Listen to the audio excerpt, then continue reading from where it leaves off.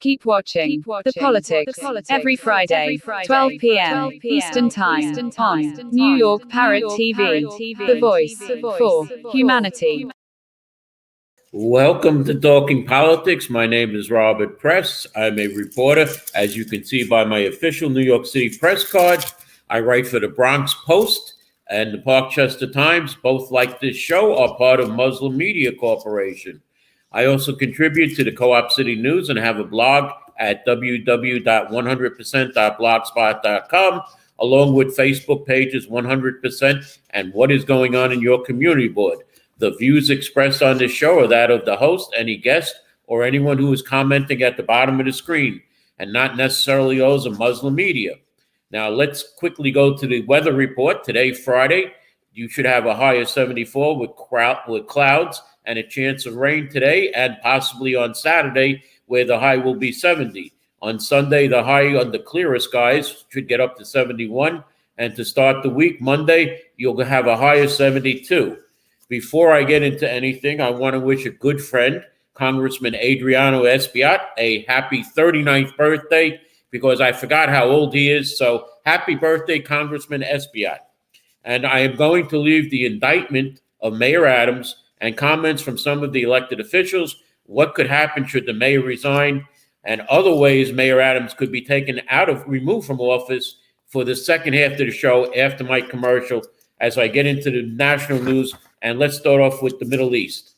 Israeli Prime Minister Benjamin Netanyahu said yesterday dismissed a U.S.-backed push for a 21-day ceasefire with Hezbollah in Lebanon and vowed that fighting would continue even as the Biden administration officials complained that Israel was fully informed of the truce policy and indicated Netanyahu had agreed to it. And the Israeli military carried out airstrikes in Beirut that it said killed several senior Hezbollah officials, including a top commander wanted by the United States for his role in bombings in the 1980s that killed hundreds. Israel said its fighter jets struck 150 targets in Lebanon on Monday morning, as a military spokesman warned of extensive, precise strikes against Hezbollah and called for citizens to evacuate and move away from areas in which the militant group operates. Lebanon's health ministry said at least 492 people were killed and more than 1,645 wounded in Israeli strikes, making it the deadliest day of conflict in Lebanon since the exchange of fire between Israel and Hezbollah that began in October. The U.S. is sending a small number of troops to the Middle East, the Pentagon said, as Israeli forces and Hezbollah fighters intensify their cross-border attacks. Now, the U.S., France, and other allies jointly called yesterday for an immediate 21-day ceasefire to allow for negotiations in the escalating conflict between Israel and Hezbollah that has killed more than 600 people in Lebanon in recent days. President Joe Biden, meanwhile, had addressed world leaders at the United Nations for the final time, declaring that Russia's war in Ukraine had failed and that a diplomatic solution between Israel and Lebanon, Hezbollah, was still possible. President Joe Biden warned that an all-out war is possible in the Middle East, acknowledging the limits of his own persistent diplomatic efforts in achieving a ceasefire. Congress, meanwhile, approved legislation for a stopgap spending bill and a $231 million infusion to the Secret Service, heading off a government shutdown and boosting security for presidential candidates ahead of the November elections. However, with dock workers on the East and Gulf Coast threatening to strike on October 1st, businesses have been accelerating imports, redirecting cargo, and pleading with the Biden administration to prevent a walkout. The latest Sierra Research Institute poll of New Yorkers was a decent one for Kamala Harris, the vice president who is running on the Democratic presidential line as a nominee. She is up by 13 points over Republican Donald Trump, but the state's Jewish voters may have moved towards Trump. Voters across, though, the Sun Belt say that Trump has improved their lives when he was president, and worry that a Kamala Harris White House would not, setting the stage for an extraordinary competitive contest in 3 key states, according to polls from the New York Times and Sierra College. And now, even as crossings on the southern border have plunged, the number of migrants entering from Canada remains at record highs. Overwhelming residents along the border, Senator Kristen Gillibrand now is championing bipartisan legislation to strengthen enforcement along the world's longest international boundary between the United States and Canada. Former Congressman Mondale Jones, in a quote in the New York Magazine, said he has a theory about that Hochul's predecessor, Andrew Cuomo, is a domineering as he was, would never have let the party lose control of the redistricting process. He said, I want my Democratic governor of New York to be a political animal. I want them to maximize Democratic power. I want my governor of New York to be Nancy Pelosi, okay? And not some little bitch who is afraid to stick his or her neck out, he paused. By the way, he said, I'm not talking about any specific person. Who was the governor at the time of redistricting? Kathy Hochul. Hochul said that she hasn't read Jones' comments, but believes him when he says he wasn't referring to her, and she has accepted his apology anyway, as Jones called her to apologize. Hochul has seen zero benefit, however, from pausing congestion pricing early this summer, according to new polling, while New York's transit system falters and swing state New York Republicans take all the credit on this for pausing having the pause. As planned, a highway expansion into the Catskill region championed by Governor Hochul would save drivers 1 to 6 minutes at a cost of $1 to $3 billion, according to a new study from the State Department of Transit. While I'm on the subject of congestion pricing, today is the day that a judge hears several lawsuits that will unpause congestion pricing. Now, I'm going to go into the term October surprise, which was first coined in politics in the summer of 1980 by William Casey, campaign manager for presidential candidate Ronald Reagan. Casey was concerned at the moment that President Jimmy Carter would announce a hostage deal between Iran in late October in the waning days of the campaign and use it to victory to defeat the Republican challenger. But the term October surprise has struck in the minds of the media and voters alike. Every 4 years, political pundits speculate what might happen in the 10th month of the year that could tip the scales in the presidential candidate one way or the other. In 2016, October 7th may have been the most shocking day of surprise in presidential campaign history. First, the Washington Post reported that on a leak from 2005, an audio tape of President candidate Donald Trump telling George W. Bush's cousin in extremely crude terms what he could do and presumably had done to women. Because you're a star, they let you do it, you can get away with anything.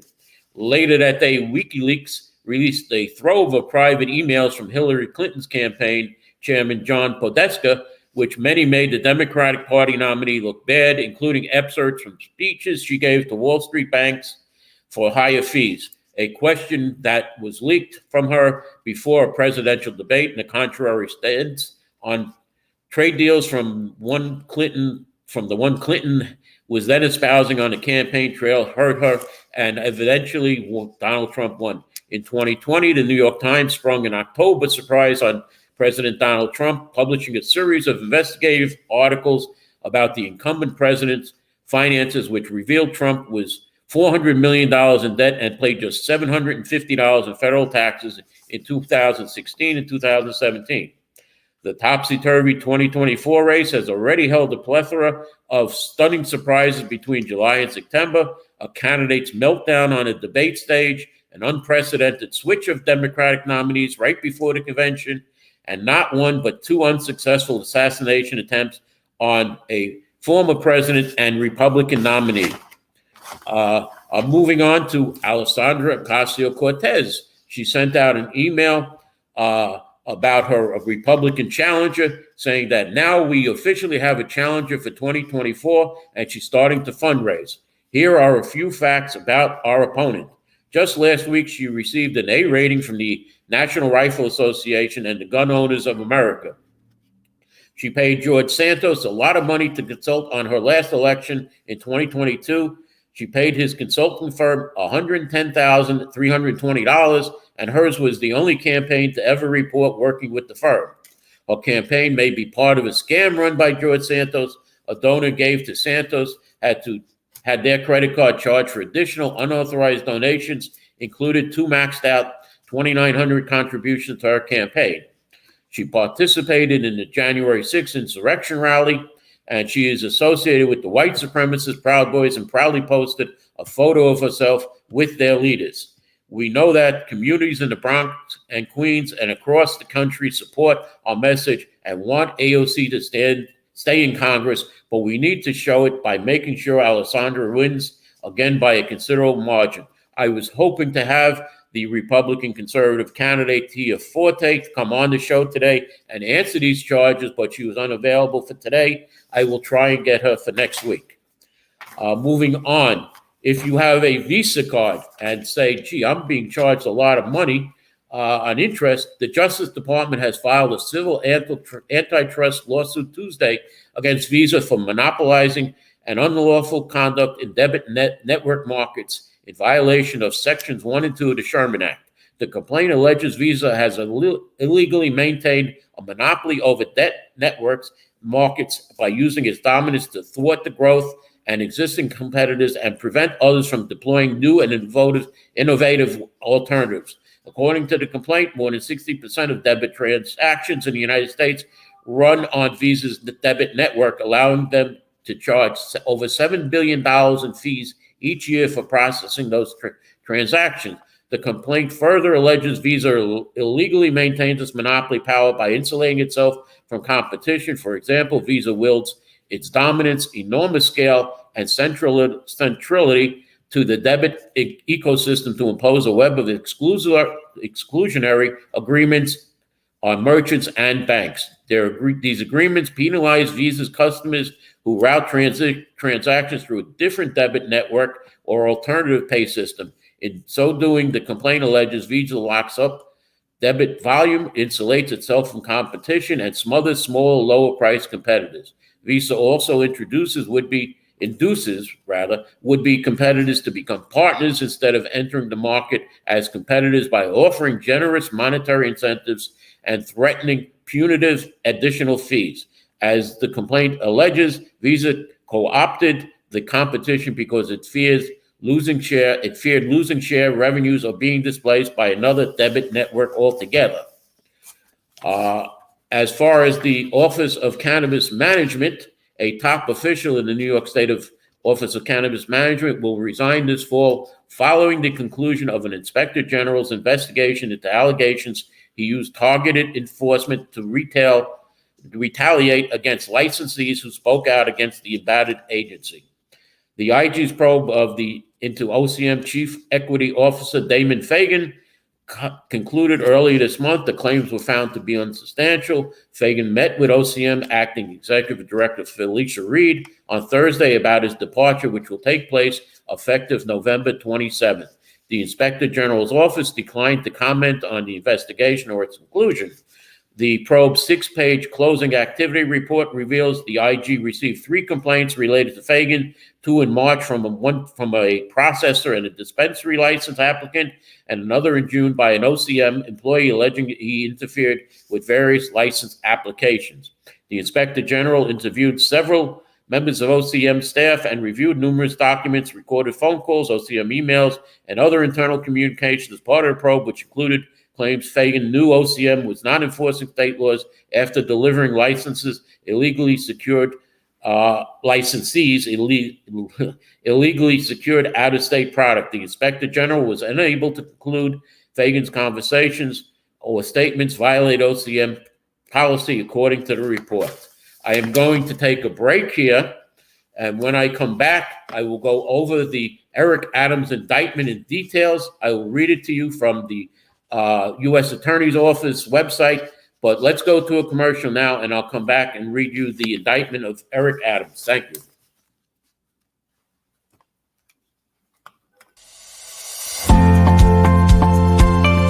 Ladies and gentlemen, welcome to the official launch of the Bronx Post, your premier source for news and information in the Bronx. As the CEO of Muslim Media Corporation, it gives me great pleasure to introduce the Bronx Post, our latest endeavor dedicated to serving the vibrant and diverse community of the Bronx. Oftentimes, mainstream media portray this county in the most negative way possible, all because Bronx continued to be judged in the 70s and 80s when Bronx was burning. Today, as we enter the Small Business Month of 2024, Muslim Media Corporation is proud to announce the formation and the creation and establishment of a new newspaper that will cover the entire Bronx, continue to highlight the new Bronx, the new realities and the new developments and the new attributes of the Bronx. Some things that are not being covered by, again, our mainstream media. Bronx Post, the first county-wide newspaper to be published by Muslim Media Corporation that has already been publishing Parchester Times. We aim to be your trusted source for information. We believe in the power of journalism to inform, inspire, and unite communities. With the Bronx Post, we seek to amplify the voice of Bronxites, celebrate the richness of our culture, and shed light on the issues that impact our lives. Changing Bronx deserves a changing narrative, and the Bronx Post, which will be launched in May in commemoration of Small Business Month, will highlight that which Bronxites have been yearning for mainstream media to highlight. So, to all my fellow New Yorkers, particularly my fellow Bronxites, join us, patronize us, read us, and follow us, so that you will be extremely proud of the addition of news reporting that highlights the new realities of the Bronx. Together, let's make the Bronx Post the heartbeat of our borough. The Bronx Post, changing the reality, changing the narrative.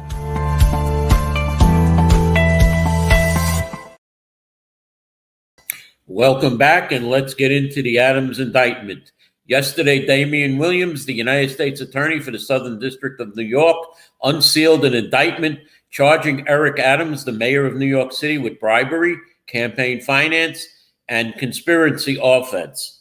As alleged in the indictment, for nearly a decade, Adams has used his prominent position in New York City government to obtain illegal contributions and luxury travel. Adams solicited and accepted these benefits from foreign nationals, businessmen, and others. Adams then pressured New York City Fire Department to facilitate the opening of a foreign government's Manhattan skyscraper that had not passed the fire inspection. To conceal this criminal act conduct, Adams took steps to hide his receipt of improper benefits from the public and law enforcement.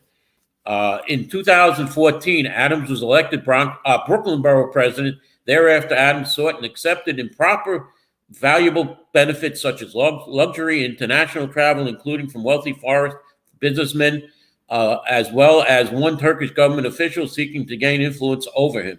In 2018, Adams, who has then made known his plans to run for mayor of New York City, not only accepted but sought illegal campaign contributions to his 2021 mayoral campaign from foreign nationals, as well as other things of value. Adams' prominence and power grew, his foreign national benefactors sought to cash in on their corrupt relationships with him, particularly when it became clear that Adams would become New York City mayor in 2021. Adams agreed, providing favorable treatment in exchange for the illicit benefits he received. After his inauguration as mayor of New York City, Adams soon began preparing for his next election, including planning to solicit more illegal contributions, granting requests from those who supported his 2021 mayoral campaign with such donations. Adams sought and accepted illegal campaign contributions in the form of nominee or straw contributions, meaning that the true contributors conveyed their money through normal donors who falsely certified that they were contributing on their own money.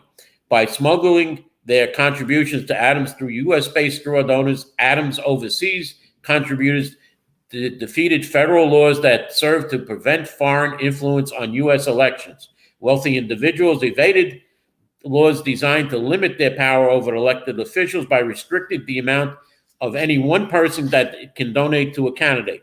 And businesses circumvented New York City's ban on corporate contributions by funneling their donations through multiple employees, frustrating a law which seeks to reduce corporate power in politics. Adams increased his fundraising by accepting these concealed illegal donations at the cost of giving his secret patrons the undue influence over him that the law tries to prevent. Adams compounded his gains from straw contributors by using them to defraud New York City and steal public funds. New York City has a matching funds program that matches small dollar donations from individual city residents with up to 8 times the amount of public funds to give New Yorkers a greater voice in elections. Adams' campaign applied for matching funds based on known straw donations, fraudulently obtaining as much as $2,000 in public funds for each illegal contribution. Adams and those working at his discretion falsely certified compliance with applicable campaign finance regulations despite Adams' repeated acceptance of straw donors, relying on the concealed nature of these illegal contributions to falsely portray his campaign as law-abiding. As a result of these false certifications, Adams' 2021 mayoral campaign received more than $10 million in public funds. Adams also sought and received other improper benefits from some of the co-conspirators who funneled straw donations to his campaigns. In particular, one senior official in the Turkish diplomatic establishment, aka the Turkish official, who facilitated many straw donors to Adams, also arranged for Adams and his companions to receive free or discounted travel on Turkey's national airline, Turkish Airline, which is owned in significant part by the Turkish government, to destinations including France, China, Sri Lanka, India, Hungary, and Turkey itself. The Turkish official and other Turkish nationals further arranged for Adams and his companions to receive, among other things, free rooms at opulent hotels, free meals at high-end restaurants, and free luxurious entertainment while in Turkey. Adams and others working at his direction repeatedly took steps to shield his solicitation and acceptance of these benefits from public scrutiny. Adams did not disclose the travel benefits he obtained in annual financial disclosure statements when he was required to file as a New York City employee. Sometimes Adams agreed to pay a nominal fee to create the appearance of having paid for travel that was heavily discounted. Other times, Adams created and instructed others to create fake paper trails, falsely suggesting that he had paid or planned to pay for travel benefits that were actually free. And Adams deleted messages with others involved in his misconduct, including in one instance assuring co-conspirator in writing that he was always deleting her messages. In September 2021, the Turkish official told Adams that it was his turn to repay the Turkish official by pressuring the New York City Fire Department to facilitate the opening of a new Turkish consulate building, a 36-story skyscraper without a fire inspection in time. The opening of the building, in time for a high-profile visit by the Turkish president. At the time, the building would have failed an FDNY inspection in exchange for free travel and other travel bribes in 2021 and 22, arranged by a Turkish official. Adams did as instructed. Because of Adams' pressure on the FDNY official responsible for their assessment of the skyscraper's fire safety was told he would lose his job if he failed to acquiesce. And after Adams intervened, the skyscraper opened as requested by the Turkish officials. If you believe you have information related to bribery, fraud, or any other illegal conduct by Adams or other New York City employees, please contact the Department of Investigations at tipline@doi.nyc.gov or call 212-825-2828. If you were involved in such conduct, please consider self-disclosing through the Southern District of New York Whistleblower Pilot Project at the U.S. Attorney's Office. Now, Adams, 64, of Brooklyn, New York, is charged with one count of conspiracy to receive campaign contributions from foreign nationals and commit wire fraud and bribery, which carries a maximum sentence of 5 years in prison. 1 count of wire fraud, which carries a maximum sentence of 20 years in prison. 2 counts of soliciting campaign contributions from foreign nationals, which carry a maximum of 5 years in prison. And 1 count of soliciting and accepting a bribe, which carries a maximum sentence 10 years in prison. These statutory maximum penalties are prescribed by Congress, provided here for informational purposes only. Any sentencing of the defendant will be determined by a judge. Damian Williams, the U.S. Attorney, praised the outstanding work of the Federal Bureau of Investigation and New York City Department of Investigation. The charges contained in this indictment are merely accusations, and the defendant is presumed innocent unless proven guilty. Now, Mayor Adams gave a statement. He said yesterday, first of all, I want to thank everyone for being here this morning. He held a press conference, and I want to thank the supporters of all ethnic groups that are here, particularly the men and women of clergy that are here, that have joined me here today. We are not surprised. We expected this. This is not surprising to us at all. The actions that have unfolded over the last 10 months, the leaks, the commentary, the demonizing, this did not surprise us as we reached this day. And I asked New Yorkers to wait and hear our defense before making any judgments. And I asked New Yorkers to wait and hear our defense before making any judgments. I asked New Yorkers to wait and hear our defense. In about 30 minutes, you're going to hear a story of the case that is in front of us. This is, again, from yesterday. I wait to hear outside the narrative from my attorneys who will take care of the case so I can take care of the city. My day-to-day operations will not change. I will continue to do the job for 8.3 million New Yorkers that I was elected to, and the 300,000 plus employees of our city government will continue to do their jobs because this is what we do as New Yorkers. It's an insult to the hardworking people of the city of New York that anyone would say they won't do their jobs while this case proceeds in the background. They are dedicated public service, and I have been one of them for many years, and they're going to continue the job that moving the city forward every day. It's an unfortunate day. It's a painful day, but inside all of that is a day when we finally reveal why for 10 months I have gone through this, and I look forward to defending myself, the people of New York, of the city, as I have done throughout my entire professional career. Now, here are some statements from some people, like, for instance, Governor Kathy Hochul said it was an extraordinary, difficult day for New York City. I carefully reviewed the indictment released by the U.S. Department of Justice. The indictment is the latest in its disturbing pattern of events that have unstably contributed to a sense of unease among many New Yorkers. Our judicial system is based on the foundation of principle that all of us are presumed innocent until proven otherwise. Yet those of us who have chosen a career in elected office know that we're held to a higher standard given the responsibilities we hold as public servants. That's entirely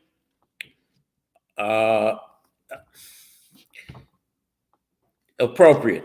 New Yorkers deserve to know that the municipal government is working effectively, ethically, and in the best interest of the people, driving down crime, educating our kids, and ensuring basic city services continue unabated. It's now up to Mayor Adams to show the city that he is able to lead in that manner. New York City Public Advocate Jumaane Williams, who, if Mayor Adams is removed from office, would take over as interim mayor, depending on the time, which, if I have time, I'm running late. I may run over, and I'll just quickly discuss. Public Advocate Williams said, I feel the same disbelief and indignation that many New Yorkers feel, upset that this is where our city is in this moment. This is a painful time, and the looming unknown and uncertainties only add to the confusion and chaos at City Hall in an untenable situation. Justice presumes innocence until proven guilty. At the same time, these charges are even more sweeping and severe than imagined. In the face of this evidence, it is not enough to deflect the blame and deny responsibility. It is federal officials' obligation to prove their case, and it's mayor's obligation to prove New Yorkers there is a real plan and path to govern the city effectively and regain trust, this time to show that the plan is rapidly running out.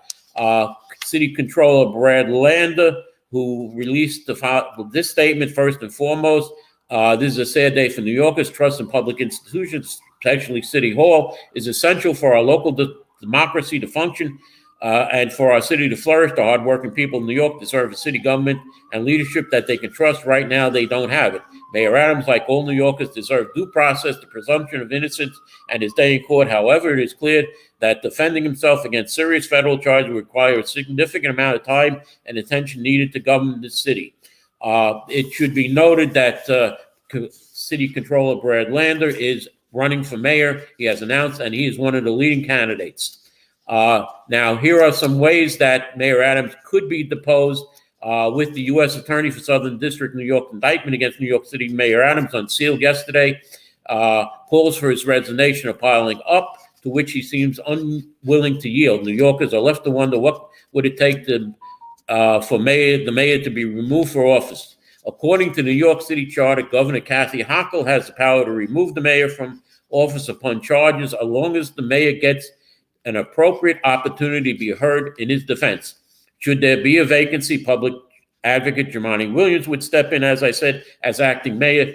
Should that occur before the end of the year, the third year of the term of Mayor Adams, Williams would have 3 days to call a nonpartisan special election to fill the vacancy. The special election would need to be held within 80 days. Candidates would have 2 weeks to petition petitions to get onto the ballot, according to election lawyer Aaron Fogner.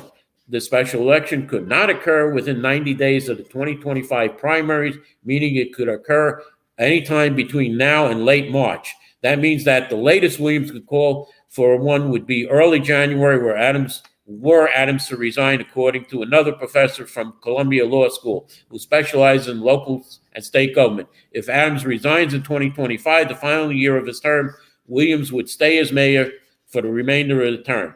A move by Hochul would not be the only option to remove the mayor. However, the charter allows for an inability committee to step in. That would consist of the corporate council, as current vacancy right now, City Council Speaker Adrian Adams, Deputy Mayor of the Mayor's Choice, City Controller Brad Lander, Queensborough President Donovan Richards, who is the longest serving borough president, and at least 4 members of the committee would need to vote to launch a panel of inability, which would consist of the entire city council. The inability council could decide Adams needs to be removed permanently, at which point the city council could vote to oust him, requiring a 2/3 majority. The committee could also choose to remove him temporarily. That matter would proceed like any other mayoral vacancy from there. The first lawyer emphasized that as far as the city charter goes, this is uncharted waters. It doesn't seem like this is a scenario that the charter has been designed for, he said. And I am going to close the show right here, right now. There is a lot more about the new chancellor and other things. The Sheriff Miranda, who is under investigation. And now it seems that the Queen Sheriff is under investigation by the Department of Investigation, because it appears that money that has been seized during the cannabis raids, the illegal cannabis raids, has disappeared. And the sheriff is blaming the police department that they collect the money. The police department is saying that the sheriff collects the money. So the Department of Investigation is investigating that. And again, with that, I'm going to say thank you for watching, and I'll see you next week. Hopefully I'll have candidate Tina Forte to answer the questions raised by Congresswoman Alessandra Ocasio-Cortez. And let me sign off now and say thank you for watching. In a world where the quality of information available to poorer communities is doctored, tainted, and sometimes regressive, where the words fake news have come to mean other people's opinions, it is vital to rely on news platforms with journalists who have feet on the ground and can report the truth. New York Parrot, a New York-based national and global news outlet, is changing the narratives of media operations. We focus on the news that matters, like self-empowerment, entrepreneurship, finances, health, security, politics, and more. We strive to curb violence, racial and economic discrimination, and to promote peace and socio-economic development of multiculturally diverse world. As we give voice to the people, we also give your business a voice and make it heard. Get your products and services off the ground by advertising on our fast-growing platform. With so much of daily visits to New York Parrot, you can't afford to be invisible to prospective clients on the website they trust the most. Our posts reach millions of people across the New York State and around the world. Advertising on our news site will unlock an audience of thousands of potential customers on your doorstep. New York Parrot is born to prosperously speak tomorrow for the voiceless.